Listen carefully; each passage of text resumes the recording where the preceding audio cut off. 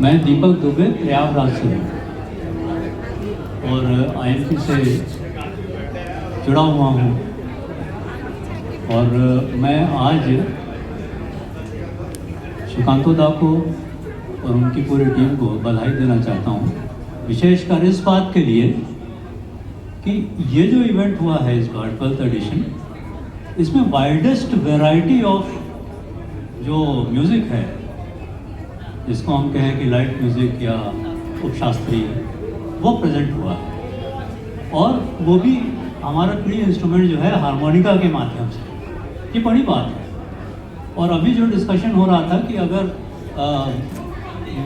इसको एकेडमीज़ को अगर रिकॉग्नाइज करना है इंस्ट्रूमेंट को एज एन इंस्ट्रूमेंट, तो ये जो प्रेजेंटेशन हुए हैं आज, this could be cited as evidence and proof कि ये बड़ा एकम्प्लिश कंप्लीट इंस्ट्रूमेंट है ये अपने आप में, इसको बताने के लिए। तो मैं इसके लिए बधाई देता हूँ। अब मेरे अंदर का कवि जो है वो कहने लगता है कि जहाँ सूरज का इतना प्रकाश हो वहाँ दीपक। तो मैं लेकिन इस बात के लिए भी शुक्रगुजार हूँ उनका कि मुझे यहाँ स्थान दिया कि मैं कुछ कह सकूँ, आप लोगों के सामने प्रेजेंटेशन रख सकूँ। जितने जानर्स आज प्रेजेंट हुए हैं यहाँ पे इंडियन म्यूज़िक के, वो इनकम्प्लीट रह जाएंगे अगर रविंद्र संगीत की बात न की जाए, क्योंकि एक बड़ा ही मेलोडियस रेवोल्यूशन गुरुदेव रविन्द्रनाथ टैगोर लाए थे इंडियन म्यूज़िक के क्षेत्र में। हालांकि उनका कंट्रीब्यूशन तो ज़्यादातर लिटरेचर में लोग मानते हैं और आर्टिस्ट भी थे, वो कलाकार थे, लेकिन मेरा ऐसा मानना है कि उनका सबसे बड़ा कंट्रीब्यूशन जो था वो म्यूज़िक में था। और जो म्यूज़िक आजकल हमारे जीवन का हिस्सा बन गई है, विशेषकर फिल्मों के माध्यम से, वो दरअसल रविंद्र संगीत का ही दिया हुआ इम्पेटस है, जो आजकल फिल्मों के माध्यम से या अन्य माध्यमों से हमारे बीच हमारे जीवन को समृद्ध कर रहा है। नो, व्हाट इज़ रविंद्र संगीत? मैं थोड़ा सा ये करना चाहूँगा। रविंद्र संगीत दरअसल है क्या? अब आप समझिए कि एक कविता और एक मेलोडी एक साथ वो रच रहे हैं और वो गीत बन रहा है।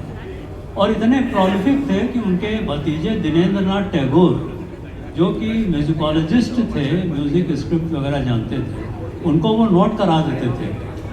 2500 गाने हैं रविंद्र संगीत, और कोई ऐसा मूड, कोई ऐसा भाव नहीं बचा है जिस पे गीत ना हो।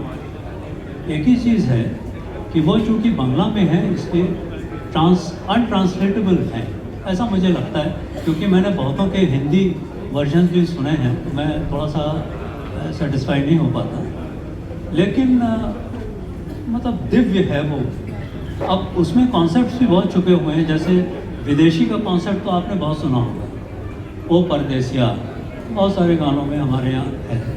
लेकिन विदेशिनी का कॉन्सेप्ट, आमी चीनी वो चीनी तुम्हारे ओगो विदेशिनी, ये गाना, ये जो रविंद्र संगीत का एक सॉन्ग है, बहुत पॉपुलर है ये कैसा, ये आपको कहाँ ले जाता है? और जितने भी सॉन्ग्स हैं उन्होंने ऐसे थॉट प्रोसेस से लिखा है कि it transports you on a different plane. तो मैं अभिभूत हूँ उससे, और मैं मानता हूँ कि आगे चल के जैसे जैसे एबल ट्रांसलेशंस उन लिरिक्स के उपलब्ध होंगे, तब लोग उससे बेनिफिट हो पाएंगे कि कैसे होता है। एंड दिस फिनोमेना कि एक ही साथ मेलोडी और लिरिक्स एक ही प्लेन पे हो, ये जो फिनोमेना है ना, ये गुरुदेव का ही कंट्रीब्यूशन है इंडियन म्यूज़िक को। कहीं शब्द जो हैं वो दारू के साथ दालमोट की तरह रहते हैं क्लासिकल म्यूज़िक में, कहीं फोक म्यूज़िक में शब्द जो हैं वो म्यूज़िक को दारू के साथ का दालमोट बना देते हैं।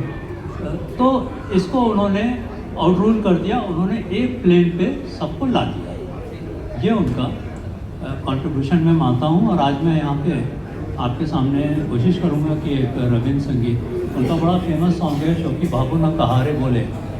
अब वो एक्सटेसी की उस लेवल पे हैं कि मतलब वो बिल्कुल पैराडॉक्सिकल चीज़ें आती हैं। जौतना क्या है और भावना क्या है, इस पे वो गीत है। खैर, आप उसकी ट्यून देखें। कोशिश करता हूँ, मुझे पता नहीं इतना बड़ा वो है कि मैं उसके संग जस्टिस कर पाऊँगा कि नहीं, आई एम नॉट श्योर।